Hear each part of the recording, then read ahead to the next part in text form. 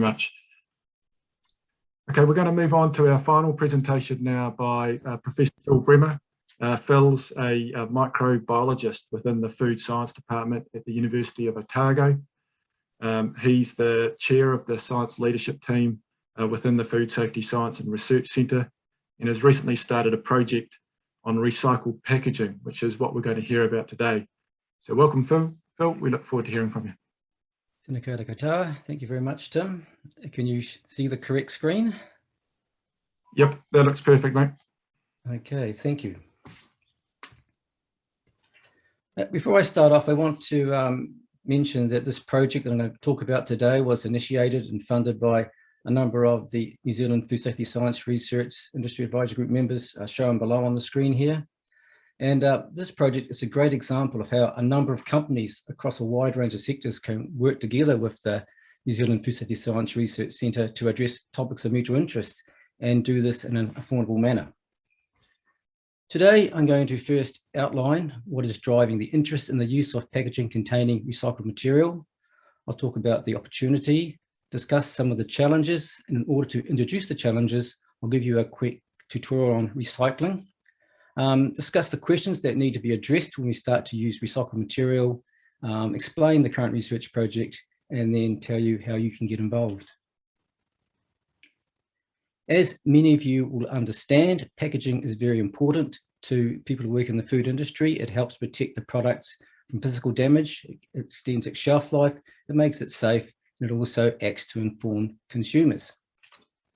However, as you will also be very much aware, there's lots of headwinds facing packaging, and packaging, its production and its disposal is at the forefront of many consumers' minds. Given this increased scrutiny that packaging is under, there's a lot of interest in understanding the environmental impact of both packaging production and the impact of packaging at the end of its life on the environment. In order to address this, there's more and more interest in what is termed the circular economy. And the circular economy focuses on closing loops in industrial and material systems.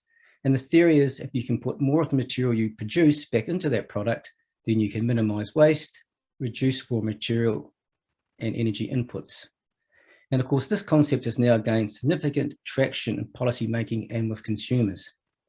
And it's leading to a drive to make food packaging more sustainable. So how are governments, NGOs and companies responding to these drivers? In New Zealand, we had this report, Rethinking Plastics, and Aotearoa recently released by the Chief Science Advisor. They came forward with a 6-point action plan. Before I talk about the action plan, I wanted to highlight this comment here. Aotearoa, New Zealand can rethink how we use plastic, but the evidence base to support these decisions in a system-wide way is lacking. And really, I put that up to you to highlight the fact that we really do need to think about a systems approach, but we also need the evidence to support this. So in terms of the 6-point action plan, well, the first point was to implement a national plastics action plan. The other points of importance, the government wants to drive the uptake of best practice sustainable plastic use. They want to promote the adoption of a circular economy,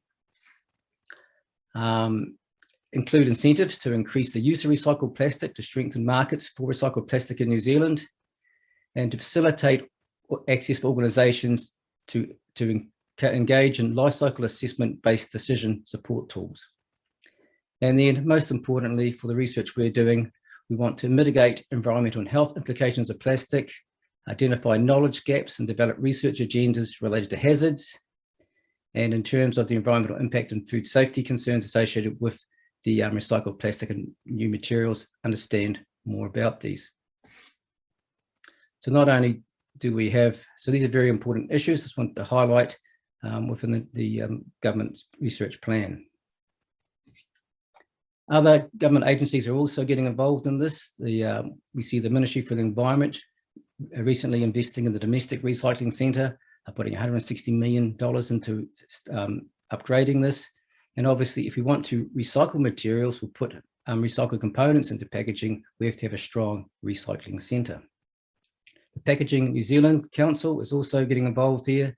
They're seeing big shifts in consumer expectations, unprecedented change, and they're realizing the importance of packaging life cycle assessment and working towards circular systems. If we move to look to see what's happening overseas, the Australians are a little bit ahead of us in this regard. In 2018, they established some 2025 national packaging targets. They had 4 targets, and the 2 of most relevant today are they want 100% of packaging being reusable, recyclable, or compostable by 2025.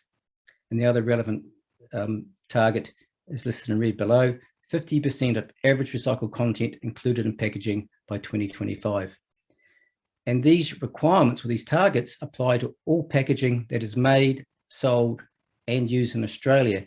And this is very relevant for us because a lot of New Zealand companies actually purchase their packaging material from Australia, and of course we sell products into Australia.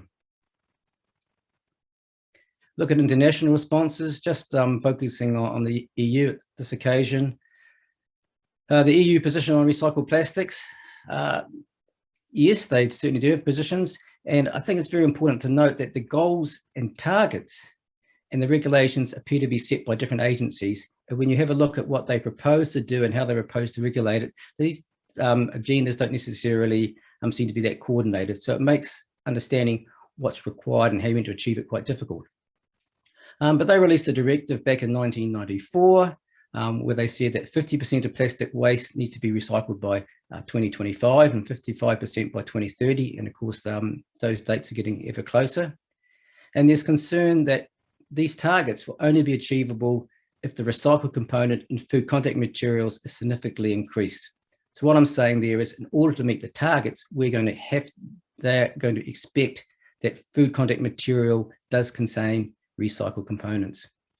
And a more recent strategy released June 2019, here they want to increase the recycled plastic in all applications, including food contact materials. So once again, they're talking about food contact materials.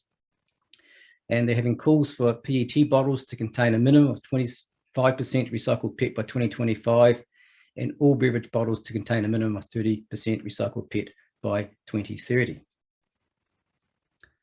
In terms of companies, what are they doing? Well, they're obviously listening to consumers and policymakers as well, and they're making great efforts to increase the percentage of recycled components in their packaging.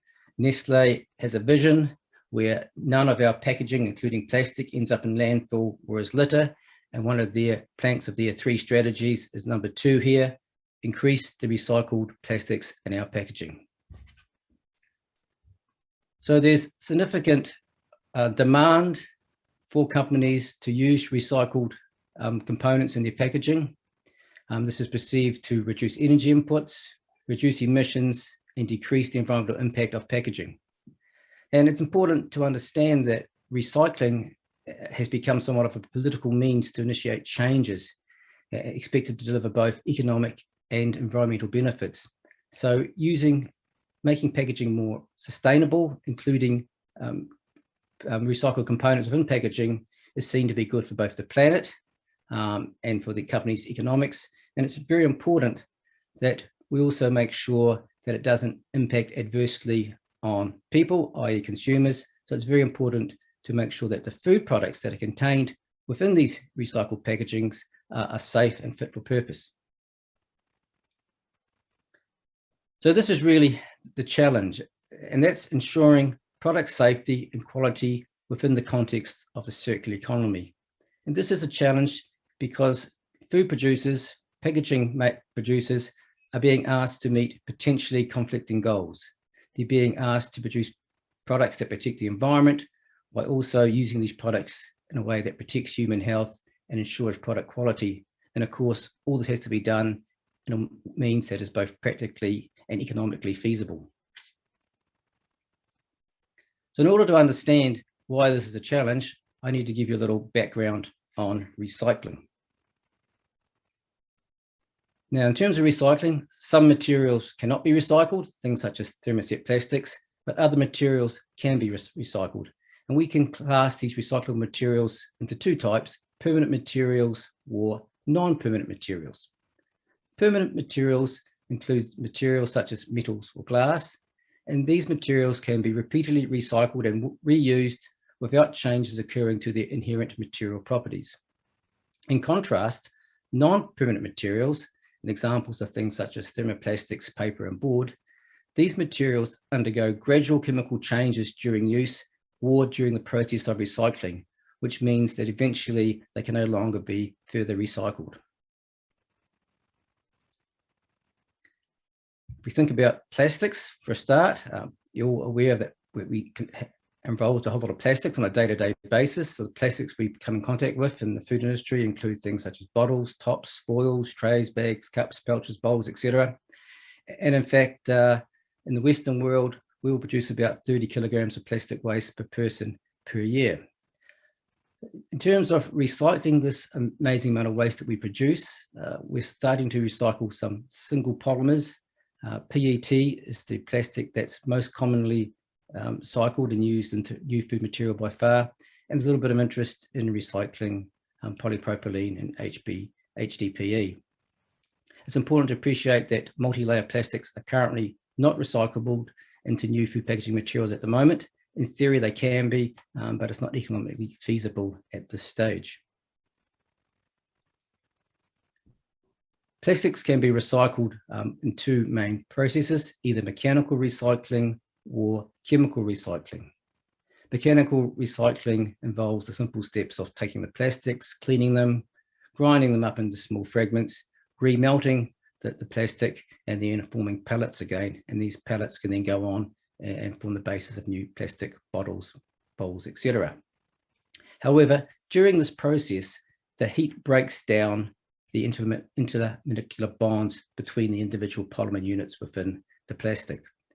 So polyethylene, for example, is made up of repeating units of a polymer, and as that gets heated, these units break down. You get a lower molecular weight distribution across the whole polymer, and this leads to changes in the mechanical, optical properties of the end product. Chemical recycling produces a product that is far superior to mechanical recycling.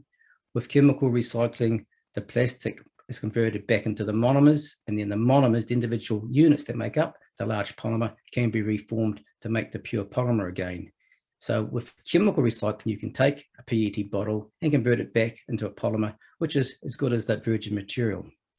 Unfortunately, this process is expensive, it's difficult to scale, and consequently, it's far less common than mechanical recycling. Paper and board can also, of course, be recycling. We use paper and board a lot for packaging of dry food and secondary packaging. Sometimes these card or paper can be coated with wax so they can be used for wet or fatty foods. On average, paper and board can be recycled about 3.5 times, though in theory, 7 cycles is technically feasible. What tends to happen is every time material is recycled, the fibers get shorter and shorter. To counter this, virgin fibers are added in to give the product functionality and strength, but eventually the recycled fibers are so short that they lose a lot of their functionality and they can't be recycled again. The recycling process here is quite simple. The cardboard is sorted into technical grades. It's usually not sorted into food and non-food grade origins, which obviously can be a concern because your packaging could be used for any sort of operation and then put back into the food stream. In order to carry out the recycling process, the mixed cardboard or paper is mixed with water to form a pulp. Staples and tape and other extraneous material is removed. The pulp is then ground up, it's dewatered, the fibers are cleaned and maybe they're bleached and de-inked. Fresh fibers are then added to these entangled or recycled fibers to give the final board its required strength, and the whole is then processed into the final material. Now, the challenges with recycled packaging are threefold. Firstly, it's important to determine which non-intentionally added substances may be present within this recycled material. It's important to understand the potential of these non-intentionally added substances to migrate from the packaging into the food, therefore potentially affecting its product safety or quality. And then the third challenge is actually determining if this recycled packaging that you've made meets regulatory requirements. and these can be requirements either for direct food contact materials or for materials not designed for direct food contact, i.e. recycled layers that are separated from the food product by a layer of virgin material. These non-intentionally added substances include a whole range of impurities and reaction or reaction breakdown products, and they can come from the intrinsic contaminants such as dyes and additives present in the material being recycled, so things that we actually add to the cardboard or the plastic to give it functionality. The NIACs can come from degradation products produced in the materials themselves during use or during the recycling process, such as these smaller polymers that are produced during the production, the mechanical recycling of plastics. The contaminants can come from previous use and or misuse of the packaging material. So whatever the packaging material contained, or whatever you put into the packaging material once you've got it home, can contaminate the packaging and then go into the recycling process.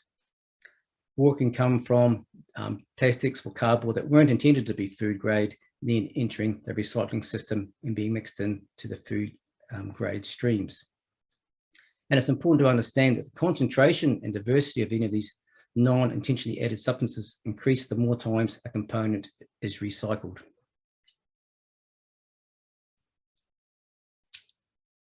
If we look at the non-intentionally added substances found in recycled plastics, these include a wide range of essential oils, which can used in food components to add flavor, aroma, and odor. So these could be citrus compounds such as limonene and terpenes, and these are found in food products such as soft drinks. They're also found in non-food compounds such as cosmetics and mouthwash, and indeed they can be found in cleaning products as well. Most of the research that's been done looking at non-intentionally added substances in recycled plastics have been carried out with PET, but this next one's an example of materials that can be found in polystyrene, and these are oligomers or small fragments of polymers such as acetophanes, which has been found in recycled polystyrene. We heard from Lewis that a wide range of substances are added to plastics in order to stabilize them or to give them added functionality. And in fact, up to 600 substances are allowed by regulation to be used in plastics, and they can carry through into the recycled material, or the degradation products can occur in the recycled material. The recycled material in plastics can also be derived from non-food grade plastics for consumer misuse. So for example, in PET recycled plastic, brominated flame retardants from electrical electronic equipment has been found. Compounds from fabric conditioner, not surprisingly, will also be found in recycled plastic. We all know that fabric conditioner comes in a plastic bottle and that can be mixed in with the food grade. So compounds such as 2-methoxynethylene can be found. And of course, you can also find in PET recycled bottles, whatever weed killer you have actually placed in that soft drink bottle that you stored in your garage for a period of time before throwing it in the recycling bin. And then a wide range of inorganic elements, cadmium, chromium, nickel, etc., can be found in recycled PET, and the sources of these are somewhat unknown. In terms of non-intentionally added substances found in recycled paper and board, the most common one by far are what are known as mineral oil hydrocarbons. These can either be saturated or aromatic compounds, and they come from the inks, the waxes, and the processing aids used in either the labeling or the production of the board. And then a wide range of other compounds can be used, things that come from household waste, inks and glues used in the boards. Other compounds come from the lacquers and adhesives. And then because the waste isn't particularly well sorted, we can get compounds from carbonless copy paper coming in there, UV curable inks and varnishes, and then a wide range of paints and pigments and antimicrobial agents, fungicides and sanitizers. So a wide diversity of non-intentionally added substances can be found in recycled material. And the question is, well, really, what's the impact of this? And the concern is that these non-intentionally added substances could impact on the product safety of the material being packaged. Or if it doesn't impact upon the safety of the product to the consumer, it could impact upon the quality of the product. So it could cause product taints, such as off flavors or off odors, or these non-intentionally added substances could reduce a product's shelf life, either directly owing to the fact that they migrate into the food, or they could impact upon the shelf life indirectly by initiating or accelerating reactions within the food products. Now, the impact of these non-intentionally added substances on food safety, quality, or shelf life is dependent on the nature of the material being recycled, the concentration and nature of any of the substances that may be present, and then their potential to migrate into the food from the packaging. And this is dependent on the food's properties in terms of its composition, and its water activity and pH, and even its porosity, and also dependent on how the food is actually stored, what temperature it's stored at, for how long it's stored, and what the gas's atmosphere is. In terms of looking at the impact of these compounds on consumer health or on product safety, this is dependent on the population's susceptibility and how much they're exposed to this product, which is dependent, of course, on how much is in the food product and how much of the food product they eat. And their impact on quality and shelf life is dependent on, once again, the product's composition, its stability, its required shelf life, and its packaging format. In terms of regulations, this is a little bit vague and it varies from country to country, but in general, there's a significant push for recycled components requiring the same level of safety as for virgin materials. And the FDA considers recycling processes of food contact containers on a case-by-case basis, and it's up to the person producing the food product to prove to them that it is safe. For paper and board, regulations vary dramatically, and for example, in Switzerland, they've banned the use of recycled board and paper in direct contact with food. In Australia and New Zealand, our regulators tend to follow the lead of regulators in the US and Europe. In practice, in terms of recycled plastic components, these are allowed as long as they do not come in direct contact with the food. So for any components in New Zealand, that contain a recycled component, that's generally the recycled component is separated from the food product by a layer of virgin plastic. So the goals of the research that we're starting at the moment is to produce guidelines to help the food industry navigate the challenges and seize the opportunities associated with the use of food packaging containing recycled material. We have 7 action steps to enable us to do this. The first step, which is underway now, is we're going out and we're interviewing our key stakeholders, New Zealand food producers and manufacturers, to gaining understanding of the potential future recycled packaging needs, and to gain understanding of what product packaging mixes are of most interest to them. We're also going to go out and interview packaging suppliers and manufacturers in New Zealand and abroad to gain a better understanding of their capabilities and capacities and what steps they actually take at the moment to ensure the safety of the products they produce. We want to understand how we can obtain information on the composition and recommended use of recycled packaging material currently available. So those are the first 3 steps. We're going out and interviewing and talking to people. In conjunction with these 3 steps, we're carrying out 2 reviews of the scientific, technical, and regulatory literature. One review is focusing on understanding the types of non-intentionally added substances that could potentially occur in recycled packaging material, and how these compounds may impact on the product quality or safety. So there's 2 reviews, one focusing on safety and one review focusing on product quality. We want to use these first 4 steps to identify knowledge gaps or roadblocks and to explore the feasibility of meeting expectations. And these are expectations that are being set around the use of recycled packaging by national, international, government regulations and NGOs, and try to understand just how feasible this actually is. At the end of this research period, we hope to be able to develop industry or sector-specific checklists and guides that the industry can use to help them navigate the challenges associated with using recycled packaging.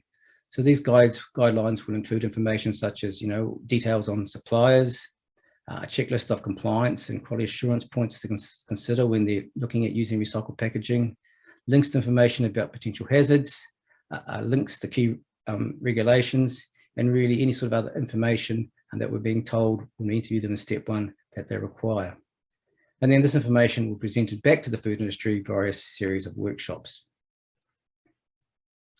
The project team, we have for steps 1 to 3, we'll be going to interview the industry. This is being carried out under the under Associate Professor Miranda Morosh from the University of Otago.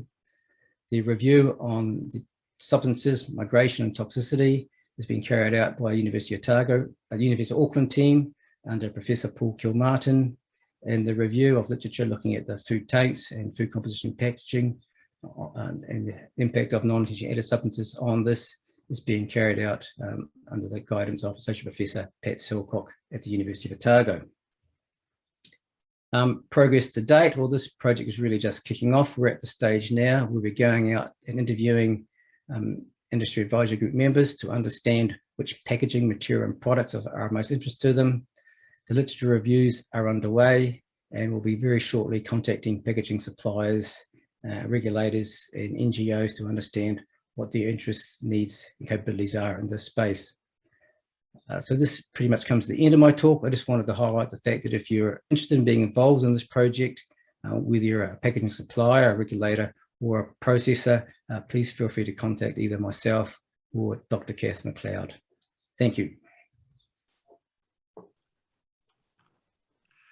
Thanks very much, Phil. A really clear presentation of the project that you're just starting. I'm just wary of time. We'll take one question and then we'll wrap up the webinar. This question is from Justin Bendel. Is there any consumer research to indicate what level of contamination from non-intentionally added substances consumers would be willing to tolerate in their foods via recycled packaging? I'm not aware of any research, and I would go as far to say that consumers don't even think about non-intentionally added substances in their packaging material.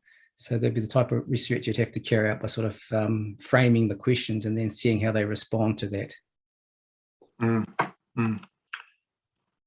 guess a related sort of social science question is, do you think companies' attitude to the use of recycled packaging is driven by commerce or by consumer preference?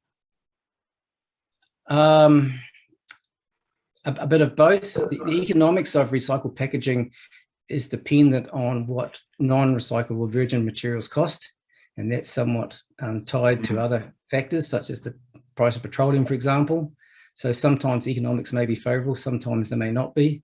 But certainly I think most producers will understand that the consumer is the king. So that's probably what's driving it. More tied in with government policy, but of course governments listen to consumers or voters as well. Okay, yeah, thanks very much, Phil. I just note we've just ticked over 3:30, so we're bang on time. And with that, I'll bring the webinar to a close. Just like to thank the 4 presenters. Thank you very much for your presentations today. Really informative and interesting. We maintained close to, if not over 200 participants for the duration of the webinar, which is fantastic. We're also looking to spin out another webinar from the cancelled symposium, which was due to be on today. And the topic of this webinar will be food safety, risk management standards and strategies. In 2 weeks' time, on the afternoon of Wednesday, the 15th of September. Keep an eye out for the message that's going to be broadcast about that. Thanks everyone again. Good afternoon. Stay safe. Thanks everyone. Thanks, Tim.